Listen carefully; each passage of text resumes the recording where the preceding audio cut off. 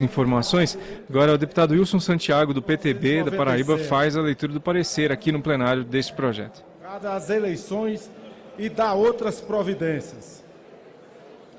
O presente projeto de lei, senhor presidente, foi apresentado pelos deputados Domingos Neto, deputado Arthur Lira, deputado Baleia Rossi, deputado Lúcio Vigílio, Lucas Vigílio.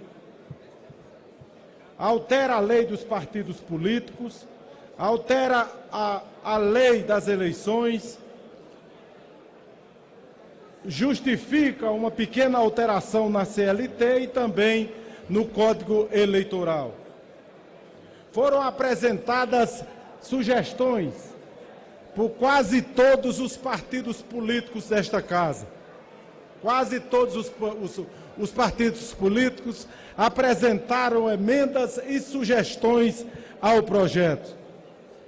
Quase todas essas sugestões, senhor presidente, aquelas que foram possíveis, foram acatadas, já que por orientação da casa, da mesa, dos líderes e de todos que integram esta casa, nos foi orientado que deveríamos elaborar um relatório que somasse a grandiosa maioria dos partidos políticos, já que se tratava da lei dos partidos políticos.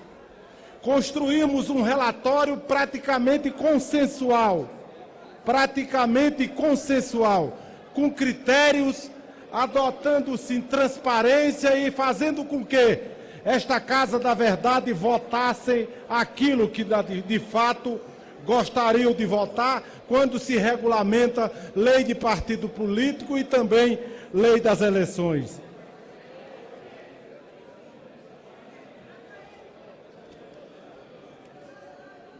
Vejam, senhor presidente, o relatório.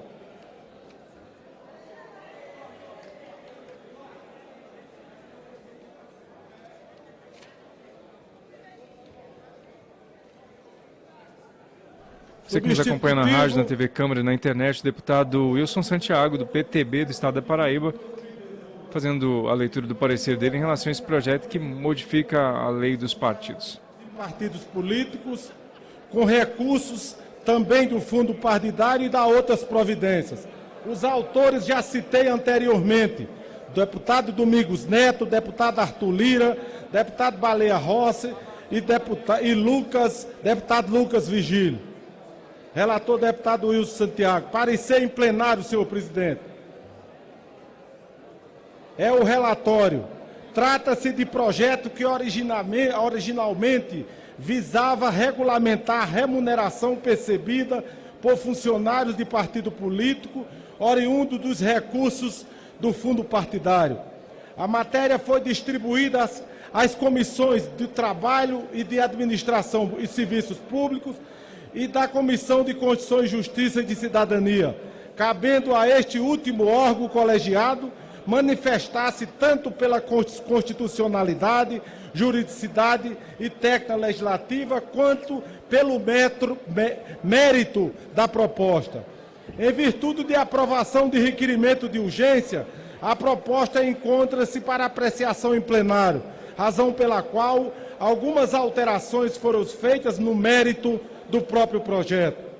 O Tribunal Superior Eleitoral julgou o processo de prestação de contas PC 22.390, ficou consignado pelo ministro Adhemar Gonzaga a regularidade de pagamento com verba do fundo partidário e também a 5 integrantes e dirigentes da agremiação. Mediante recibo de pagamento autônomo, RPA, ressaltou o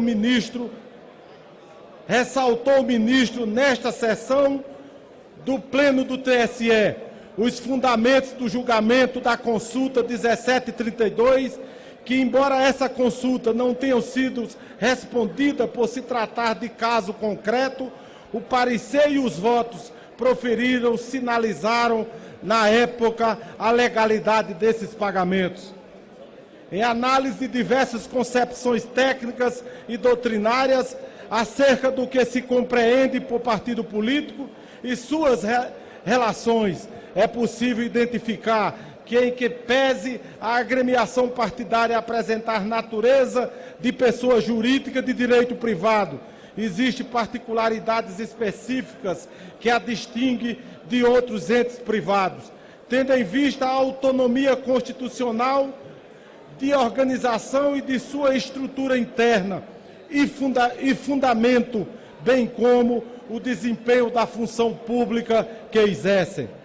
É de se lembrar que, a partir da decisão do Supremo Tribunal Federal, no bojo da ADI 4650, que vedou qualquer doação de pessoa jurídica, independentemente de sua finalidade, o fundo partidário se tornou a maior fonte de recursos partidários, senão a única, sendo certo que essa nova perspectiva reclama o desenvolvimento de um modelo que, ao passo que configura maior estabilidade, transparência e responsabilidade no tocante à utilização dos recursos, seja capaz de tornar compatível o regime incidente nas relações contratuais de servidores de partidos com a natureza intrínseca do cargo cuja vocação requer a existência de relação de confiança entre pessoa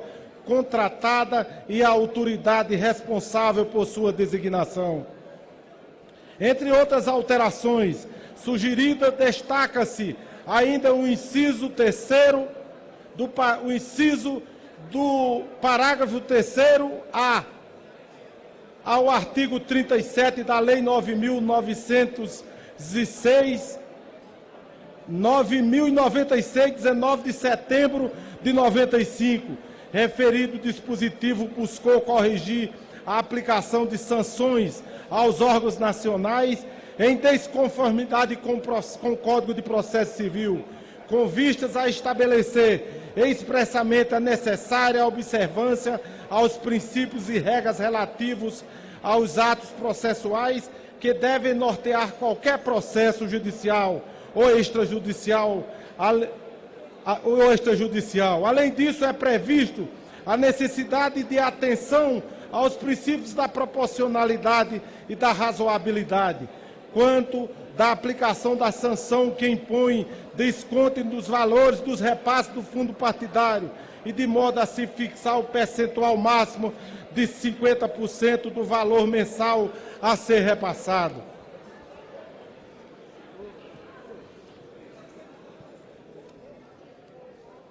Em relação às alterações à Lei 9.504 de 1997, Lei Geral das Eleições, por ter a redação original do inciso 2 do artigo 16C, vinculado o valor do fundo eleitoral a um critério estático, LDO de 2018. Houve a necessidade de se determinar de forma específica e genérica a referida previsão, com fim de se conferir efeito prático para as demais eleições. As modificações incluídas no artigo 16D servem para dar uma imparcialidade e comprometimento dos candidatos com o partido, pois, ao passar do cálculo da distribuição do fundo eleitoral de financiamento de campanha ao resultado da eleição, suplanta qualquer insegurança e principalmente a possibilidade de balcão de negociações pelos mandatos de deputados federais e senadores, para aumentar o fundo, como, por exemplo, fatos parecidos surgiram no passado bem próximo. O marco temporal da eleição é uma forma de valorizar o resultado das urnas e a vontade do próprio eleitor, em relação ao que possa impor dificuldade ao exercício da ampla defesa e do contraditório, e considerando o que já é feito hoje pelas resoluções do Tribunal Superior Eleitoral, quanto aos gastos com consultoria, assessoria, honorários advocatícios e de contabilidade. Insere-se na legislação dispositivos relativos a essa temática, de modo a assegurar maior segurança jurídica às eleições vindouras que se aproximam. Outros pontos essenciais de caráter administrativo são tratados no projeto: o direito do partido de escolher o local da sua sede nacional, a vedação à cobrança de taxas diferenciadas do mercado para os partidos políticos. Para quem ainda não sabe, senhor presidente e senhores deputados, as instituições financeiras cobram excessivamente valores aos partidos políticos, diferenciado das demais empresas de Iguaté e dos demais clientes das suas próprias instituições, possibilitando também o débito automático em conta isonômica do partido pelos bancos, em conta das despesas corriqueiras e repetidas, forma de facilitar a administração partidária, que é isso que os partidos políticos cobram permanentemente. Garante ao partido o direito de acesso aos dados de seus filiados. Quem ainda não sabe, todos os partidos políticos têm dificuldade, senhor presidente, de ter acesso aos dados da relação dos seus filiados no Tribunal Superior Eleitoral, exatamente pelos programas próprios criados pelo próprio TSE. O direito de acesso aos dados de seus filiados, para que se possa ser facilitado a participação de todos os filiados nos atos intrapartidários e etc. Esse, senhor presidente, é o relatório resumido.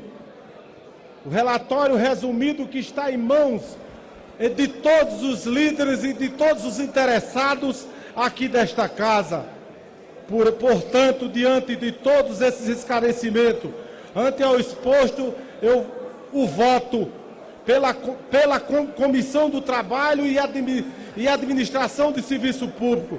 Pelas razões acima, o parecer da Comissão de Trabalho e Administração de Serviço Público é pela aprovação do projeto de lei 11.021/2018.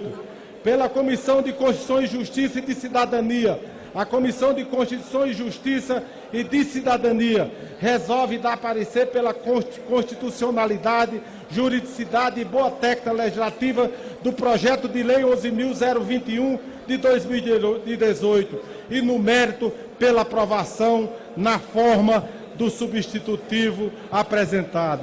Sala das Sessões da Câmara dos Deputados, nesta data de hoje, de 2019. Senhor relator.